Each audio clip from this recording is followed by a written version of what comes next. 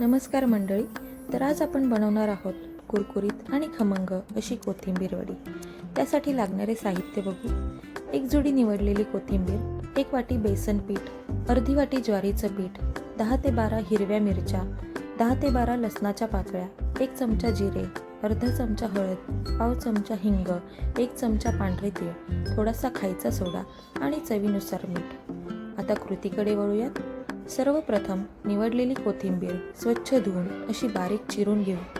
त्यानंतर त्यामध्ये बेसन पीठ आणि ज्वारीचं पीठ घालूया. इथे मी जिरे, लसूण आणि मिरची ओबडधोबड वाटून घेतलेली आहे. ते मिश्रण यात घालून घेऊ. नंतर उरलेले जिन्नस म्हणजे तीळ, हळद, हिंग आणि सोडा घालून घेऊया.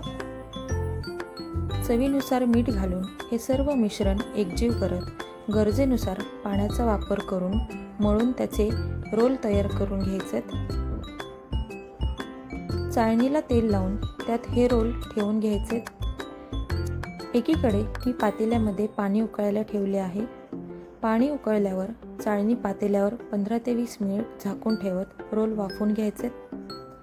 15-20 मिनिटानंतर गॅस बंद करून चाळणी उतरवून घ्यायची आणि रोल बऱ्यापैकी थंड झाल्यावर त्याचे आपल्याला हवे त्या साईजमध्ये काप करून घ्यायचे. वड्या कापताना गॅसवर कढईत तेल गरम करून घेऊ आणि मीडियम टू हाय फ्लेमवर या वड्या ब्राऊन रंग येईपर्यंत कुरकुरीत तळून घेऊया. गरमागरम वड्या प्लेटमध्ये सर्व करून घेऊ.